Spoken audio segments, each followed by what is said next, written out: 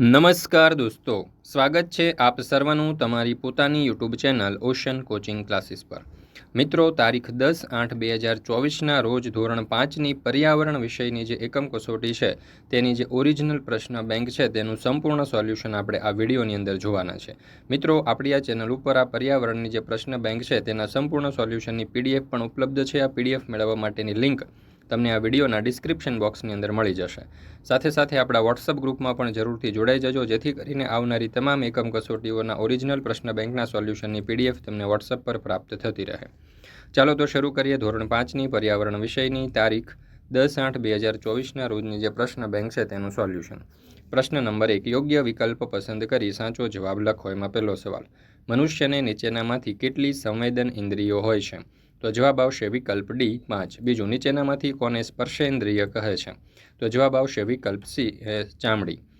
ત્રીજું, સ્લોથ કેટલા કલાક ઊંઘે છે? તો જવાબ આવશે વિકલ્પ બી 18। ચોથું, કીડી પોતાને મળેલ ખોરાક ક્યાં લઈ જાય છે? તો જવાબ આવશે વિકલ્પ બી દર। એક કીડીની પાછળ બીજી કીડી શેની મદદથી જાય છે? તો જવાબ આવશે વિકલ્પ સી ગંધ। છઠ્ઠું, કયું પક્ષી ખૂબ દૂર સુધી જોઈ શકે છે? તો જવાબ આવશે વિકલ્પ સી ચમડી। સાતમું, કોણ જમીન પરની ધ્રુજારી અનુભવીને વ્યક્તિ કે વસ્તુનો અનુભવ કરી શકે છે? તો જવાબ આવશે વિકલ્પ બી સાપ। આઠમું, નીચેનામાંથી કોના કાન મોટા હોય છે? તો જવાબ આવશે વિકલ્પ એ હાથી। નવમું, કયા પક્ષીની આંખો માણસની જેમ માથા પર આગળ આવેલ છે? તો જવાબ આવશે વિકલ્પ ડી ઘુવડ। 10મું, વાઘ કયા અંગની મદદથી હવાની ધ્રુજારી અનુભવી શકે છે? તો જવાબ આવશે વિકલ્પ સી મૂછ। 11મું, નીચેનામાંથી કયું પ્રાણી મહિનાઓ સુધી ગાઢ નિંદ્રામાં જતું રહે છે? તો જવાબ આવશે વિકલ્પ એ ગરોળી।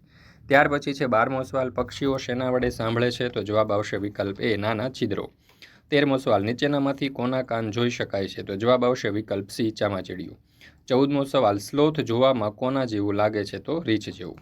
15મું, વાઘ કે ચિત્તાની ચેતવણી માટે ખાસ પ્રકારનો અવાજ કોણ કરે છે? તો જવાબ આવશે વિકલ્પ બી લંગૂર।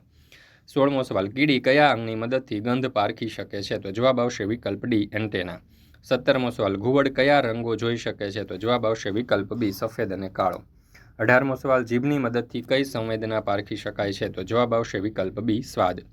19મું, ખૂબ ધીમે અવાજ સાંભળવા માટે કેવા વાતાવરણની જરૂર પડે છે? તો જવાબ આવશે વિકલ્પ સી શાંત। 20મું, રેશમની કીડી માદા કીડીને કઈ રીતે દૂરથી ઓળખી શકે છે? તો જવાબ આવશે વિકલ્પ બી સુગંધ। 21મો સવાલ, મચ્છરો તેમને કઈ રીતે શોધી લે છે? તો જવાબ આવશે વિકલ્પ સી સુગંધ। 22મો સવાલ, તમારા હાથ તમારા કાન ઉપર રાખો તો કેવો અવાજ સંભળાય છે? તો જવાબ આવશે વિકલ્પ સી ધીમો। 23મો સવાલ, નીચેનામાંથી કયું પ્રાણી ઓછો સમય ઊંઘે છે? તો જવાબ આવશે વિકલ્પ બી જીરાફ। 24મો સવાલ, વાઘની ગર્જના કેટલા કિલોમીટર દૂર સંભળાય છે? તો જવાબ આવશે 3 કિલોમીટર। 25મો સવાલ, સૂંઘવા માટે નીચેનાની કઈ ઇન્દ્રિયનો ઉપયોગ થાય છે? તો જવાબ આવશે વિકલ્પ બી નાક। મિત્રો, ધોરણ 5ની તારીખ 10/8/2024ના રોજની પર્યાવરણ વિષયની જે ઓરિજિનલ પ્રશ્ન બેંક છે તેના સોલ્યુશનની પીડીએફ મેળવવા માટેની લિંક તમને આ વિડીયોના ડિસ્ક્રિપ્શન બોક્સની અંદર મળી જશે। સાથે સાથે આપણે આ વોટ્સઅપ ગ્રુપની અંદર પણ જરૂરથી જોડાઈ જજો, જેથી કરીને તમને સોલ્યુશનની વિડીયો અને પીડીએફની લિંક મળતી રહે। વોટ્સઅપ પર પીડીએફ મેળવવા માટે અહીંયા નંબર તમને આપવામાં આવેલો છે। આ ઉપરાંત આપણી એપ્લિકેશન છે ઓશન કોચિંગ ક્લાસીસ, એ ડાઉનલોડ કરી અને ત્યાંથી પણ તમે સોલ્યુશનની પીડીએફ મેળવી શકશો। તો દરેક વિદ્યાર્થીઓએ અવશ્ય આ પીડીએફ મેળવી લેવી, જે તમારી પરીક્ષા માટે તમને ખૂબ ઉપયોગી સાબિત થશે। પ્રશ્ન નંબર 2, નીચેના પૈકી કોઈ એક પ્રશ્નનો વિગતે જવાબ આપો જેના કુલ 3 માર્ક છે। એમાં પહેલો સવાલ, લીંબુ શરબત બનાવવાની રીત લખો। તપેલીમાં ઠંડુ પાણી લો અને તેમાં ખાંડ અને સંચળ પાવડરને બરાબર મિક્સ કરી લો। ખાંડ ઓગળી જાય એટલે તેમાં લીંબુ ઉમેરી મિક્સ કરી લો। હવે ગ્લાસમાં શરબતને કાઢી લો અને તૈયાર છે લીંબુનું શરબત। બીજું, તમે લીધેલ જળાશયની મુલાકાતનું વર્ણન કરો।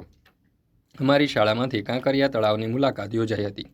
કાંકરિયા તળાવ અમદાવાદ શહેરનું સૌથી મોટું તળાવ છે। આ તળાવ અમદાવાદ શહેરના દક્ષિણ ભાગમાં મણિનગર વિસ્તારમાં આવેલું છે। આ તળાવનો પરિઘ આશરે 2.5 કિલોમીટર છે। કાંકરિયા તળાવની મધ્યમાં એક બાગ આવેલો છે જેનું નામ નગીનાવાડી છે। તળાવના એક છેડેથી એનો પ્રવેશ બાંધેલો છે જે તળાવના મધ્ય સુધી લઈ જાય છે। કાંકરિયા તળાવ સહેલાણીઓ માટેનું એક આકર્ષણનું સ્થળ છે, જ્યાં ફરવા અને ખાણીપીણીની ઘણી બધી સુવિધાઓ ઉપલબ્ધ છે। વર્ષના 12 મહિના લોકો સાંજના સમયથી મોડી રાત સુધી અહીં ફરવા જાય છે। કાંકરિયા તળાવ પ્રાંગણમાં અંબુભાઈ પુરાણી વ્યાયામશાળા, માછલીઘર, પ્રાણી સંગ્રહાલય અને બાલવાટિકા આવેલા છે। દર વર્ષે 25થી 31 ડિસેમ્બર સુધી કાંકરિયા કાર્નિવાલની ઉજવણી કરવામાં આવે છે। આ સાપ્તાહિક કાર્યક્રમમાં સાંસ્કૃતિક અને સામાજિક પ્રવૃત્તિઓનું આયોજન કરવામાં આવે છે। ત્યાર પછી છે સવાલ નંબર 3, તમને ગમતી સુગંધ અને ન ગમતી સુગંધના 6 નામ લખો।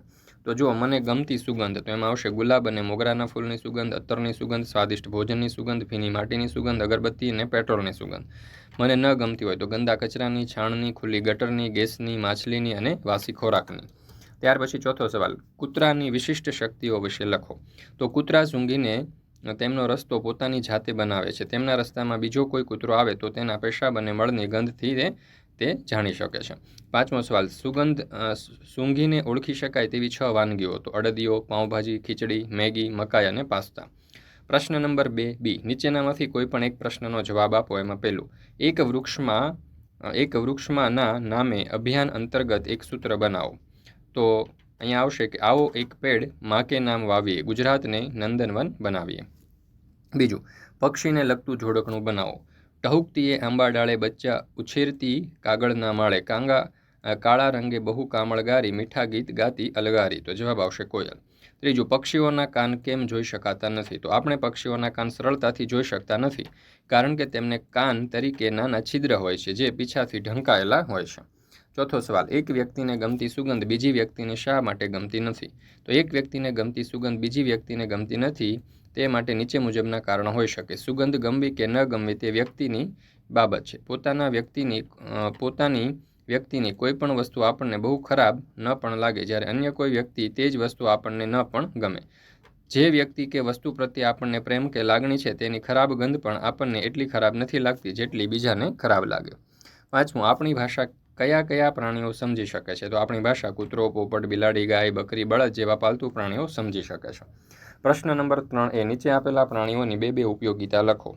એમાં પ્રાણીઓમાં છે ગાય, તો એ દૂધ અને ખાતર માટે ઉપયોગી છે. ઘોડો, સવારી તથા ઘોડાગાડી માટે. બળદ, ખેતીકામ અને ખાતર માટે. ઊંટ, સવારી અને ભારવહન માટે. ભેંસ, દૂધ અને ખાતર માટે. બકરી, દૂધ અને ખાતર માટે. હાથી, સવારી અને ભારવહન માટે. ઘેંટું, ઊન અને દૂધ માટે. કૂતરો, ઘરની ચોકી અને ગુનેગારોને પકડવા. ગધેડું, ભારવહન માટે. ત્યાર પછી છે પ્રશ્ન નંબર 3 બી, નીચેના પ્રશ્નોના જવાબ આપો. પહેલું, સાપને ખેડૂતનો મિત્ર સાથી કહેવામાં આવે છે. તો સાપ ખેતરમાં પાકને નુકસાન કરનારા ઉંદરને ખાઈ જાય છે, તેથી તેને ખેડૂતનો મિત્ર કહેવાય. બીજો સવાલ, પહેલાંના સમયમાં કયા કયા પ્રાણીઓનો મનોરંજન માટે ઉપયોગ થતો હતો? તો પહેલાંના સમયમાં હાથી, ઘોડા, વાઘ અને રીંછ જેવા પ્રાણીઓનો મનોરંજન માટે ઉપયોગમાં લેવાતા. કોઈક વાર ગામમાં બતાવાતા ખેલમાં સાપ, માકડા અને રીંછના મનોરંજન માટે ઉપયોગ થતો હતો. ત્રીજું, મદારી પોતાના જીવન ગુજરાન કેવી રીતે ચલાવતા હતા? તો પહેલાંના સમયમાં મદારી સાપ પાળતા અને લોકોને સાપનો ખેલ બતાવી તેના બદલામાં પૈસા તથા અનાજ મેળવીને પોતાનું જીવન ગુજરાન ચલાવતા હતા.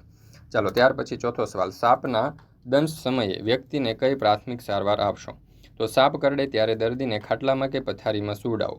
દંશવાળા ભાગને નીચે તરફ ન જાય તે માટે હૃદયની તરફ બાજુએ ચુસ્ત રીતે પાટો બાંધી દેવો. દર્દીને માનસિક આઘાત ન લાગે તેની કાળજી રાખવી. દર્દીને તાત્કાલિક દાક્તરી સારવાર માટે હોસ્પિટલમાં લઈ જવો. પાંચમો સવાલ, પ્રાણી સંગ્રહાલયની મુલાકાત દરમિયાન પ્રાણીઓ સાથે કેવો વ્યવહાર કરવો જોઈએ? તો પ્રાણી સંગ્રહાલયમાં પ્રાણીઓ સાથે શાંતિપૂર્ણ વર્તન કરવું. પ્રાણીઓ સામે ઊંચા અવાજે બોલવું કે બૂમાબૂમ કરવી નહીં. પ્રાણીઓને ઘરેથી લાવેલ ખોરાક ન આપવો. પ્રાણી સંગ્રહાલયમાં પ્રાણીઓના પાંજરામાં કચરો ફેંકવો જોઈએ નહીં. ત્યાર પછી છે પ્રશ્ન નંબર 4, યોગ્ય જોડકા જોડો, જેના કુલ 5 ગુણ છે. તો પછી ઉકાળ્યા વગરનું દૂધ, તો એ 2 કલાક અને 15 મિનિટ. ત્યાર પછી છે આખું બાફેલું ઈંડું, તો એમાં આવશે 3 કલાક અને 30 મિનિટ. અડધું બાફેલું ઈંડું, તેમાં 3 કલાક. ઉકાળેલું દૂધ તો 2 કલાક. અને કાચું ઈંડું તો તે આવશે 1 કલાક અને 30 મિનિટ. પાચન માટે લાગતા સમય છે. ત્યાર પછી ખોરાકમાં જોઈએ દૂધ, તો પાચન માટે લાગતો સમય તો એમાં આવશે 1 થી 2 કલાક. પનીર તો 20 થી 22 કલાક. તળેલું ભોજન તો એમાં આવશે 8 થી 10 કલાક. ચા અને કોફી તો 3 થી 72 કલાક. અને નોનવેજ માંસાહાર તો 6 થી 8 કલાક. ચાલો, ત્યાર પછી આપણે ત્રીજું જોઈએ તો ઝાડા ઉલટી એનો ઉપાય, તો ખાંડ અને મીઠાનું દ્રાવણ. ડિહાઇડ્રેશન તો દૂધ પીવું. ત્યાર પછી છે ડાયાબિટીસ, તો એમાં આવશે ગળપણ અને ખોરાકનો ત્યાગ. ત્યાર પછી છે દુબળું શરીર, તો એમાં ગ્લુકોઝ. અને ત્યાર પછી છે એસિડિટી, તો એસિડિટીની અંદર આપણે જોઈએ તો એમાં આવશે સમતોલ આહાર. અહીંયા એક ભૂલ થઈ ગઈ છે કે ડિહાઇડ્રેશન જે છે, તો ડિહાઇડ્રેશનની અંદર આપણે ગ્લુકોઝ આવશે, અને દુબળું શરીર હોય ને તો એની અંદર આપણે દૂધ પીવાનું આવશે. આ ખાસ યાદ રાખજો, અહીંયા તમારે સુધારો કરવાનો છે. ચાલો, ત્યાર પછી આપણે જોઈએ ચોથું, મોં. તો મોં જે છે તો એમાં આવશે ખોરાકમાં લાળ ભળે છે. અન્નનળી, એમાંથી મોં મારફતે ખોરાક જઠરમાં જાય છે. જઠર તો એ ખોરાક વલોવાય છે. આંતરડું એ પચેલા પોષક તત્વો શોષે છે. અને મળાશય તો એ પચ્યા વગરનો ખોરાક એકઠો થાય છે. ત્યાર પછી આપણે જોઈએ રસોડાનો પદાર્થ.